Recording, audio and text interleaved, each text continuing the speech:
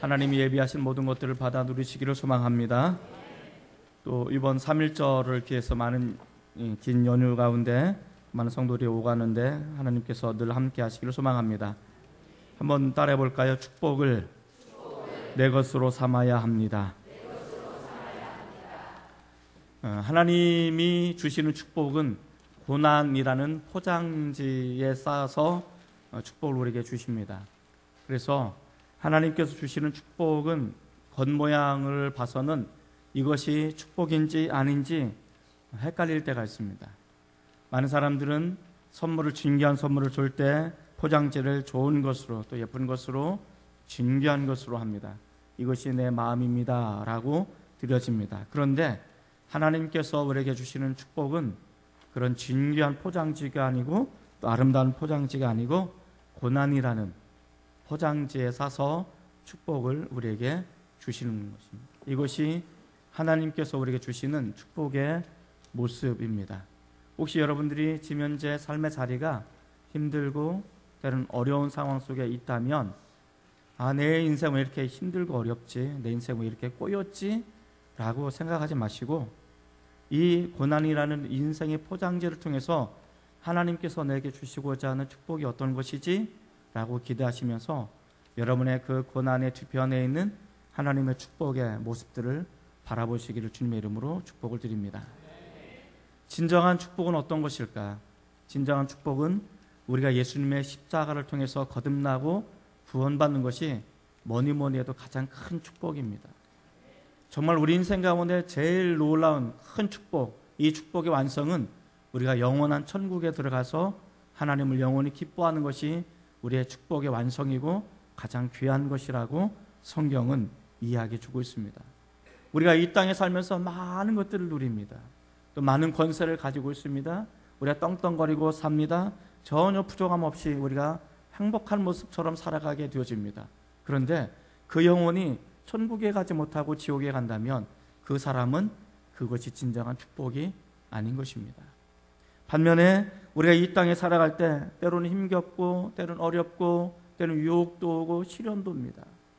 나도 좀 이렇게 괜찮게 살고 싶은데 왜 그게 잘 되지 않지? 라고 반문하는 그런 삶의 모습도 우리에게 있을 수 있습니다. 그러나 우리가 믿음을 포기하지 않고 예수 그리스도의 십자가의 은혜 아래 머물러서 우리가 믿음의 승리를 갖고 언젠가 천국에 들어간다면 우리 인생은 결코 헛된 인생이 아니고 우리 인생은 망한 인생이 아니고 우리 인생은 손해난 인생이 아니라는 것을 성경은 이야기해 주고 있습니다.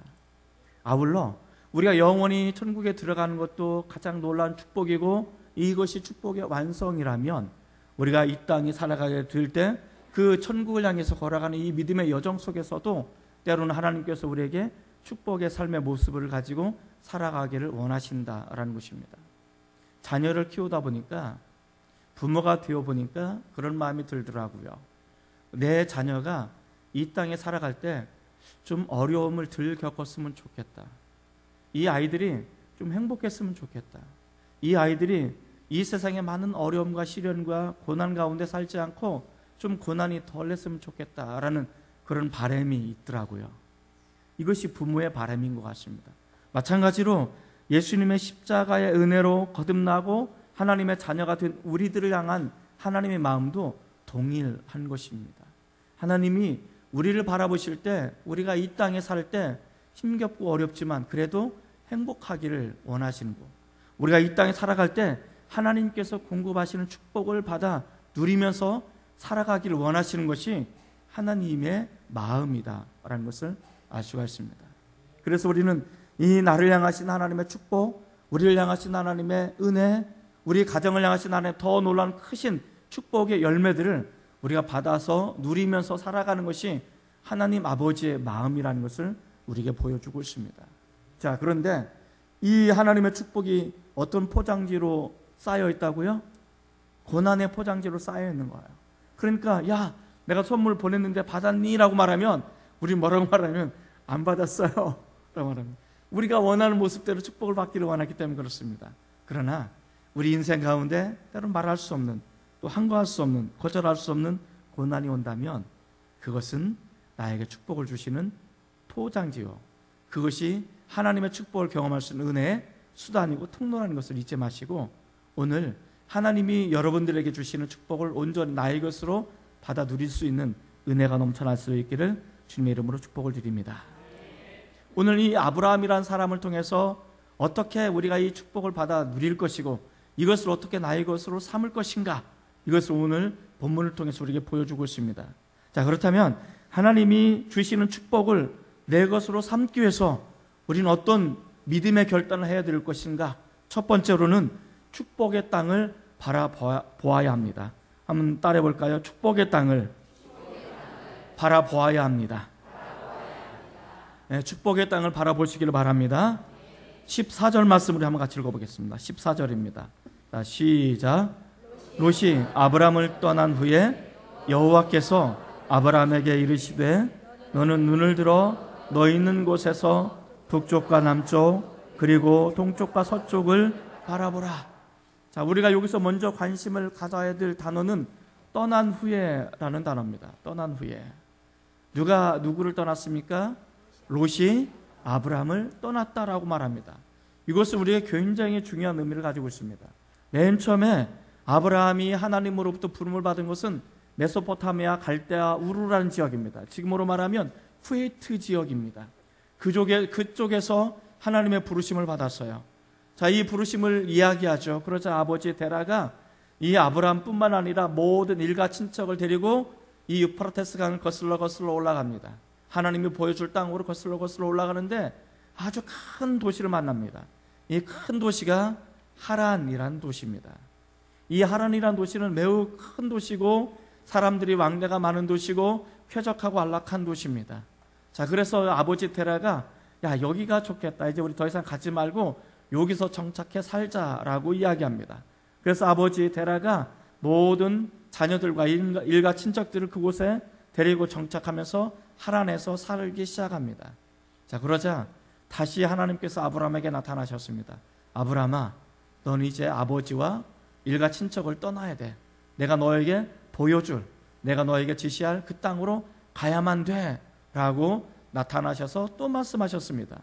그래서 이 아브라함이 하나님께서 또다시 나타나셔서 말씀하신 것을 거절할 수 없어서 이제는 아버지를 떠나고 일가 친척을 떠나서 이제는 혼자 여행을 하게 될 그런 위기에 있었습니다. 바로 그 순간에 롯이 아브라함과 동행을 했다라고 이야기합니다. 우리가 롯이라는 사람을 너무 부정적으로 보게 되는데 이 롯이라는 사람의 믿음이 대단한 사람입니다. 생각해 보시기 바랍니다. 하란에서 머물러 있었다면 아마 그의 인생은 안락하고 편안한 인생이 되었을 것입니다.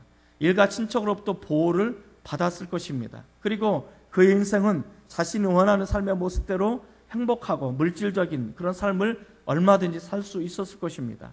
그런데 이 롯이 그 모든 것을 포기한 채 떠나는 거예요. 나그네 인생을 하는 거예요. 앞으로 어떻게 될지 모릅니다. 미래가 보이지 않습니다. 어디로 가야 될지도 제대로 알지 못합니다. 그럼에도 불구하고 안락하고 보장된 인생을 박차고 아브라함과 함께 이 여정을 떠났다라는 것은 롯이 믿음 있는 사람이라는 것을 우리에게 보여주는 것이죠. 자, 그런데 이 아브라함과 롯이 나중에는 이 두 가문이 너무 커졌어요. 너무 축복이 많아서 이제 함께 거할 수가 없었어요. 그래서 아브라함과 롯이 헤어지게 되어집니다. 그리고 롯이 아브라함 곁을 떠나게 되었다라고 성경은 이야기합니다. 그래서 여기서 떠났다라는 것은 이제 아브라함이 홀로 남겨졌다라는 뜻입니다. 어쩌면 일가 친척을 떠나서 나그네 인생을 살아갈 때 이 아브라함과 롯은 서로 의지하고 서로 보호하고 또 연대하는 어떤 그런 것이었을 것입니다. 많이 의지했을 것입니다. 그런데 이제 롯이 떠나자 아브라함 더 이상 의지할 사람이 없는 거예요. 의지할 상황이 없는 거예요. 이젠 철저하게 홀로 된 인생으로 살아갈 수밖에 없는 것입니다. 바로 아무에게도 의지할 수 없는, 누구를 의지할 수 없고 누구를 바라볼 수 없고 그리고 내가 누군가에게 기댈 수 없는 그런 홀로 되어진 그 순간에 하나님께서 아브라함에게 나타나셔서 말씀하십니다. 그리고 그렇게 이야기합니다. 다시 한번 14절 말씀을 같이 읽어보겠습니다. 시작. 롯이 아브라함을 떠난 후에 여호와께서 아브라함에게 이르시되 너는 눈을 들어 너 있는 곳에서 북쪽과 남쪽 그리고 동쪽과 서쪽을 바라보라. 이제 너는 눈을 들어서, 내가 있는 그곳에서 눈을 들어서 이제 내가 너에게 보여줄 그 땅을 바라보라고 이야기합니다.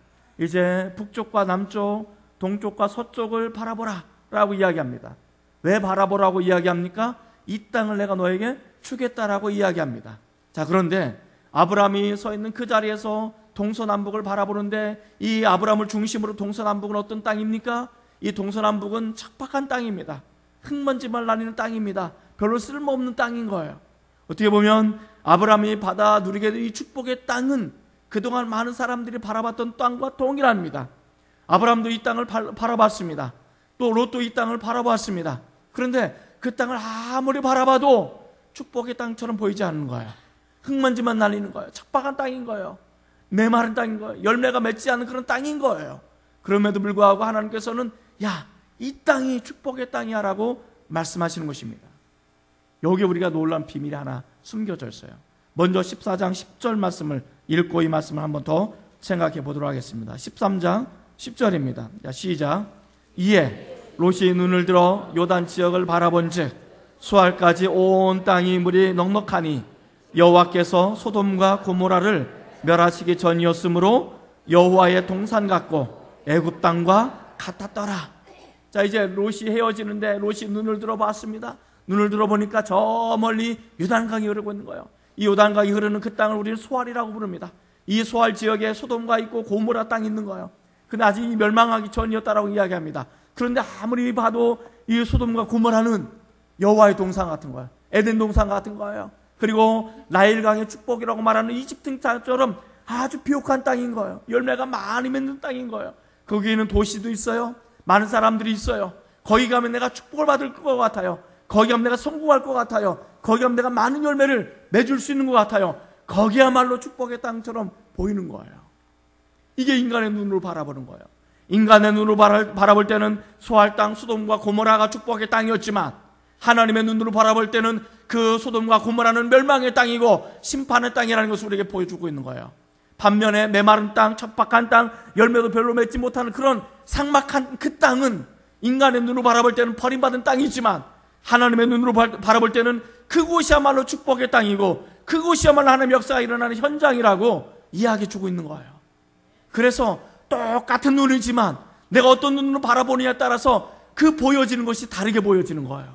똑같이 똑같은 장소이지만 하나님의 눈으로 바라볼 때는 그것이 축복의 땅이고, 때로는 이곳은 하나님의 눈으로 바라볼 때는 멸망의 땅이고 심판의 땅입니다. 반면에 인간의 눈으로 바라볼 때는 척박한 땅이지만 축복의 땅이고, 하나님의 눈으로 바라볼 때는 인간의 눈으로 바라볼 때 축복의 땅처럼 보여지지만 멸망의 땅인 거예요. 이것이 하나님의 비밀인 것입니다. 여러분, 이제 우리가 무엇인가를 바라볼 때, 어떤 것인가를 바라볼 때 내 육신의 안목과 내 육신의 눈으로 바라보지 말고 하나님의 마음을 담아서 하나님의 눈으로, 우리 주님의 시선으로 그것을 바라보게 된다면 다르게 보일 거예요. 달라지게 보일 거예요. 저는 자녀가 2명 있습니다. 말도 징그럽게 안 들어요, 이놈 새끼들이. 지금도 생각하면 열이 빡 뻗칠 때가 있어요. 저만 그래요. 그래서 도대체 뭐야 이거, 이럴 때가 많아요. 그런데 그것은 인간의 눈으로 바라볼 때 그런 거예요. 사람의 눈으로 바라볼 때 그런 거예요. 그러나 하나님의 눈으로 바라보면 다른 것이 보이는 거예요. 안 보이는 것이 보이는 거예요. 여러분의 가정도 똑같습니다. 가정도 바라보면, 이 인간의 눈으로 바라보면 옆에 있는 남편이 평생 왼수가 되지만 하나님의 눈으로 바라보면 축복의 통로가 되는 거예요. 이 가정에 축복권을 갖고 있는 그런 장자가 되는 거예요. 똑같은 것입니다. 여러분의 일터 아무것도 아닌 것처럼 보여지고 여러분의 사업의 터전이 뭐 별 볼 일 없는 것처럼 보여지지만 그건 인간의 눈으로 바라볼 때 그런 거예요. 그러나 하나님의 눈으로 바라볼 때는 그것이 축복의 땅이고 그것이 또 다른 하나님이 보이지 않는 것들이 보여지는 비전과 꿈을 갖게 만드는 그런 장소라는 것을 잊지 마시기 바랍니다. 우리 장평교회도 통일합니다. 여러분들이 장평교를 바라보실 때 인간의 눈으로 바라보면 어떻습니까? 인간의 눈으로 바라보면 우리 장평교는 사랑이 별로 없는 것 같아. 우리 새신자가 와도 별로 아무도 아는 척도 안 하고 얘기도 안 걸어주고 밥도 지네들끼리만 먹고 새신자들은 따로 먹고 뭐 이래요. 이게 인간의 눈으로 바라볼 때는 그런 거예요. 그러나 하나님의 눈으로 바라볼 때는 다른 게 보이는 거예요.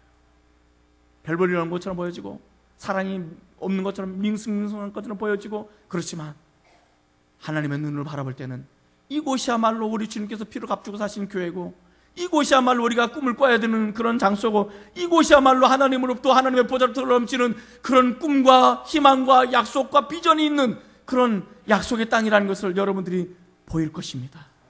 내가 어떤 것을 가지고 바라보느냐에 따라서 달라지는 것입니다. 격가지로 여러분의 담임 목사인 저를 바라보십시오. 이제 눈을 뜨시고, 벌써 눈 감으면 안 돼요. 눈을 뜨시고 저를 바라보시기 바랍니다. 여러분들이 어떤 눈을 바라보느냐에 따라서 제가 제 인생이 달라질 수 있습니다. 여러분의 인간적인 눈을 바라볼 때는 그래 좀 잘생겼지만 우리 목사는 왜 좀 그런지 몰라, 뭐 이렇게 생각할 수 있어요. 그러나 하나님의 눈으로 바라보신다면, 우리 주님의 눈으로 바라보신다면 좀 다르게 보이지 않아요? 네, 지금 아멘 하신 분들은 7배 축복을 받아 누리시기 바랍니다. 지금 아멘은 소용없어요. 그러니까 내가 어떤 눈으로 가지고 바라보느냐, 하나님의 눈으로 바라보니까 우리 목사님 눈이 작아 보이는 것처럼 보이는데 눈이 크네요. 우리 목사님 키가 작은 것처럼 보이는데 괜찮네요. 몸무게가 많이 나가는 것처럼 보이는데 인격이 중후하네요. 이렇게 보인단 말이죠. 할렐루야. 이게 하나님의 눈으로 보이는 거예요.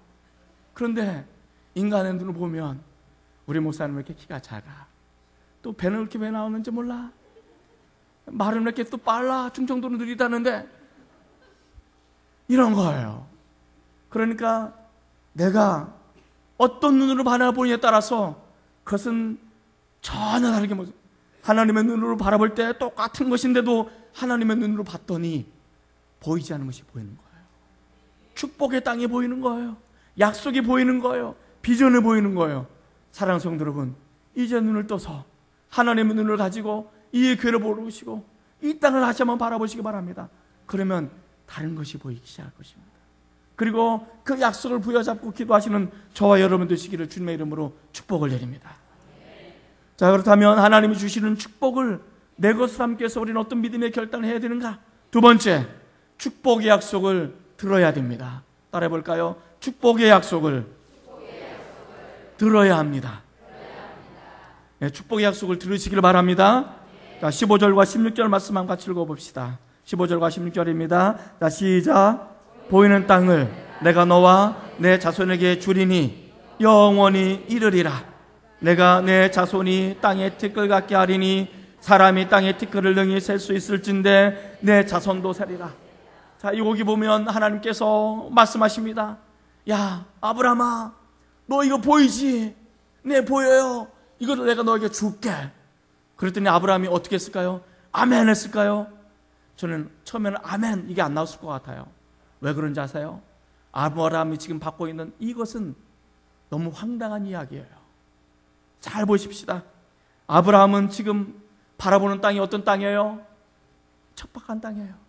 메마른 땅이에요. 열매가 별로 없는 땅이에요. 반면에 소알 지역은 기름진 땅이에요. 축복의 땅처럼 보이는 거예요. 에덴 동산처럼 보이는 거예요. 그런데 자신이 아무리 눈 씻고 봐도 이건 뭐 에덴 동산에 애자도 꺼낼 수 없는 그런 척박한 땅이란 말이에요. 이건 뭐 흙먼지만 날리는 그런 땅이란 말이에요. 아무리 여기서 농사를 지으려고 해도 열매를 맺을 수 없는 그런 아주 삭막한 땅이란 말이죠. 그 땅을 야, 이게 축복의 땅이야 라고 말씀하시는 거예요. 그리고 또 뭐라고 말하냐면 너의 자손은 하늘의 별처럼 바닷가의 모래처럼 많게 할 것이다. 그리고 이 땅을 너의 후손에게 내가 줄게 라고 말하는 거예요. 그런데 지금 아브라함의 자녀가 있어요, 없어요? 자녀가 없어요. 몇십 년 동안 애를 낳으려고 얼마나 발버둥쳤는지 몰라요. 이 아브라함과 사라가 얼마나 자녀를 갖기 위해서 몸부림쳤는지 몰라요. 그런데 자녀가 없는 거예요. 나이도 이제 먹었어요. 나중에 성경에 보면 이 사라가 경수가 끊어졌다라고 이야기합니다. 이제는 인간적인 생각과 인간적인 수단과 방법을 동원할 수 없는 그런 절망인 거예요. 그런데 뭐라고 말하냐면 너의 자손이 이렇게 많아질 거다라고 이야기합니다. 아브라함이 아멘 할렐루야 이게 잘 안 나오는 거예요. 왜? 자녀가 없으니까. 자녀가 더 이상 생산이 되지 않는 그런 곳이니까. 그런데 또 뭐라고 말하면 아브라함은 지금 나그네 인생이 되는 거예요. 이곳저곳 떠돌아다니는 인생인 거예요. 그리고 주변의 사람들로부터 눈치를 보는 거예요. 이런 나그네 인생, 텐트 인생 살아가는 이 아브라함에게 야, 이 동서남 밭이 이거 전부 다 너 거야. 이건 너 거니까 이거 너 가져 라고 말하는 거예요. 그러면 그게 내 거가 되나요? 야, 이 거제 땅을 내가 너에게 줄게. 그러면 그 거제 땅이 저절로 내 거가 되나요? 안 되는 거예요. 그러니까 지금 현재 이 아브라함에게 하나님이 약속하신 이 약속은 어떻게 보면 너무 허무맹랑한 거예요. 이거 믿어야 되나 말아야 되나, 이거 내가 아멘 해야 되나 말아야 되나 지금 갈등을 겪고 있는 거예요. 자, 그런데 여기 한 가지 비결이 있어요. 비밀이 있어요. 아내가 가족 얘기는 하지 말라고 하는데 이건 해야 되겠죠.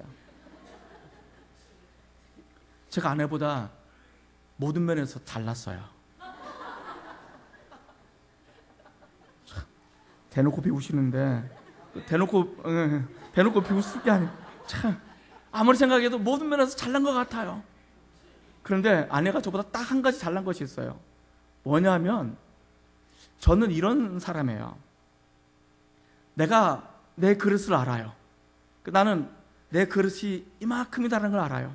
그래서 이만큼 이상의 것을 넘보지를 않아요. 그래서 내가 사역해도 이 정도까지 내가 커버할 수 있을 것 같다, 이 정도 이상은 난 바라보지를 않아요. 왜? 그건 내 능력 바뀌니까.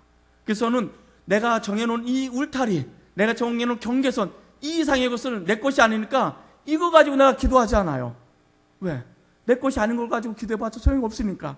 그러니까 나는 내가 스스로 정해놓은 내 능력치, 내 능력의 범주, 그리고 내가 설정해놓은 이 경계선, 여기까지는 내가 기도하면 어떻게 내 것이 될 것 같아서 여기까지는 기도하는데 이상의 것은 기도를 하지 않는 거예요.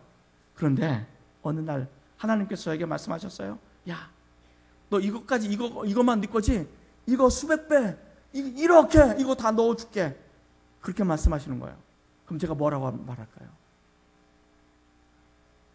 하나님, 그거 말고 이것만이라도 주세요. 저는 이렇게 쓸 거예요. 저는 제가 이성적인 사람이니까. 그렇게 보이죠? 그래서 요것만 가져다면 되니까 요것만이라도 주세요. 아마 이렇게 쓸 거예요. 근데 제 아내는 달라요. 뭐라고 하면, 하나님께 이렇게 말씀, 이만큼 주셨어 라고 말씀하시면 뭐라고 말하냐면, 기도도 못 해봐? 뭐 기도하는데 손해나? 라고 말하는 거예요. 나는 한 번도 그 이상의 것을 기도해 본 적이 없는데, 그 이상의 것을 탐내 본 적도 아닌데, 그 이상의 것을 나의 비전으로, 나의 꿈으로 삼지도 않는데 아내는 저보다 꿈이 더 큰 거예요. 그래서 말하면, 아니 기도도 못 해봐? 기도해 보면 되잖아 라는 거예요. 여기에 비밀이 있는 거예요. 아브라함도 똑같았을 거예요. 그런데 내가 그거 아멘으로 수용한다고 해서 손해 날까요? 안 날까요?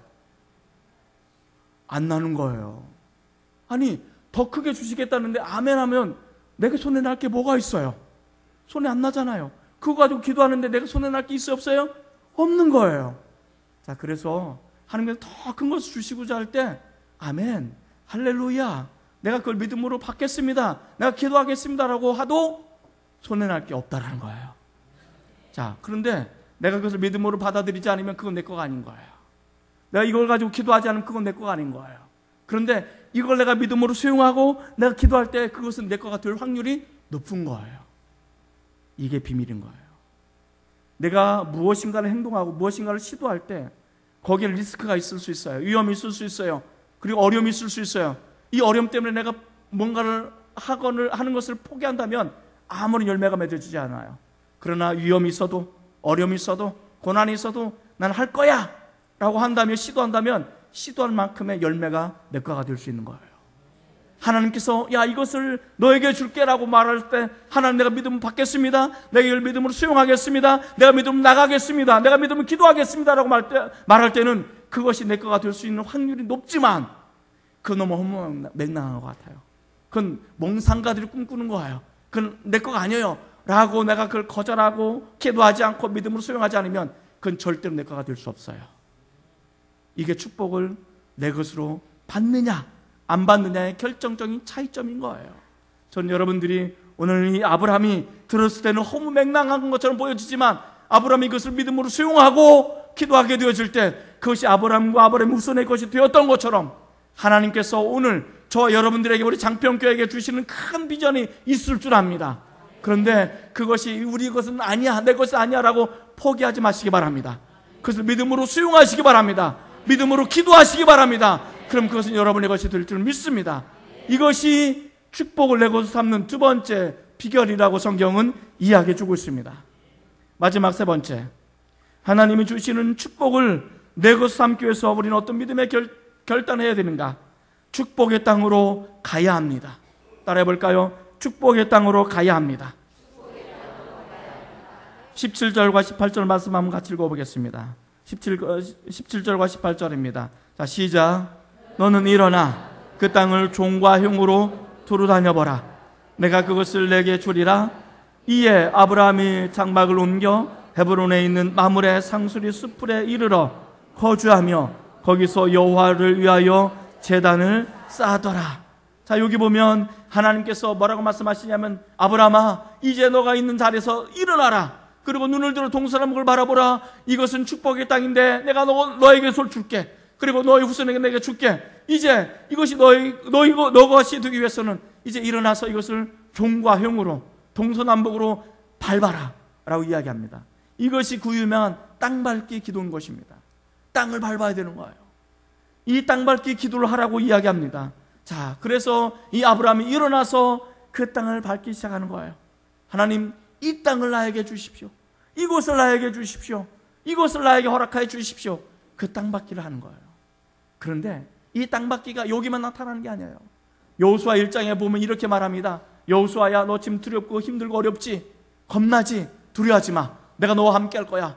내가 밟는 땅은 전부 다 너에게 줄게 라고 이야기하는 것입니다. 그래서 땅을 밟으라고 이야기합니다. 그 땅을 밟을 때마다 그것을 하나님께서 주시겠다라고 말씀하시는 것입니다. 이것이 믿음의 은혜인 거예요. 제가 가끔 계룡산 올라가요. 제가 계룡산 정상은 딱 두 번밖에 안 올라가 봤지만, 이 계룡산을 올라가다 보면 중간까지만 올라가도 이 거제 지역이 보이는 거예요. 저쪽은 거제 땅이 거제면이고 이쪽이 보이는 거예요. 이 장평 우리 교회를 중심으로 해서 옆에 고현이 있고, 그 좀 더 나가서 상동이 있고, 좀 더 나가서 수월이 있고, 좀 더 나가서 장목이 보이고, 이쪽으로 보니까 좀 더 나가서 사등이 보이고, 좀 더 멀리 통영이 보이는 거예요. 이것이 다 보이는 거예요. 제가 거기서 보일 때 뭐라고 할까요? 야, 아름답다. 우리 장평교를 중심으로 이런 것이 보이는 거예요. 야, 아름답다. 그렇게만 했을까요? 아니에요. 하나님, 이 땅을 나에게 주십시오.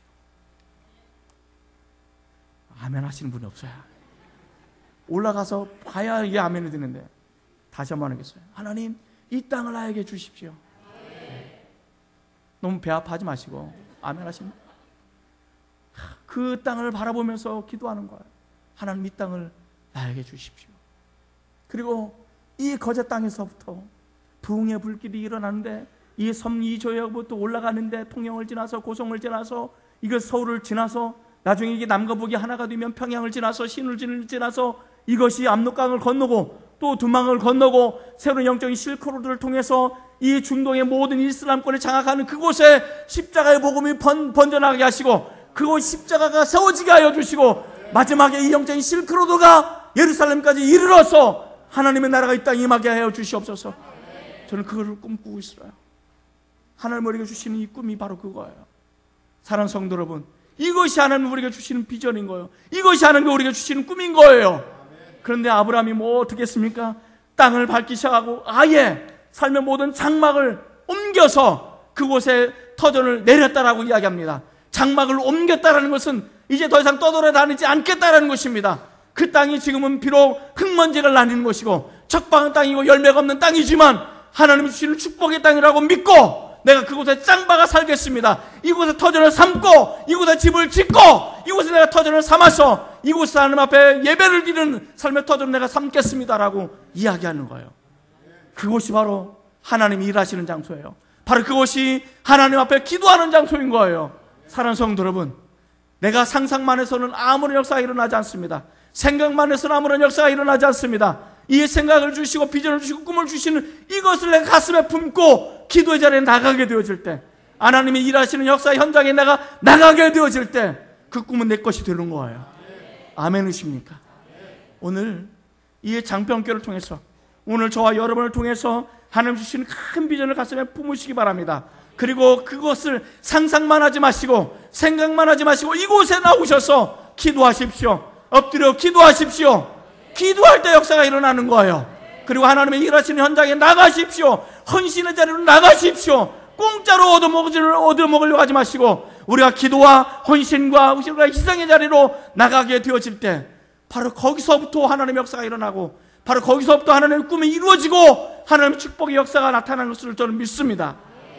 오늘 이 아브라함의 축복을 통해서 우리에게 주시는 이 놀라운 축복의 약속을 가슴에 품으시고 기도하시고 믿음의 현장에, 하나님의 역사의 현장으로 나가시길 바랍니다. 그리고 이 축복이 저와 여러분의 것으로 누리고 잡으시고 이것을 마음껏 우리가 누릴 수 있는 그런 하나님의 거룩한 백성이 되시기를 주님의 이름으로 축복을 드립니다. 기도하시겠습니다.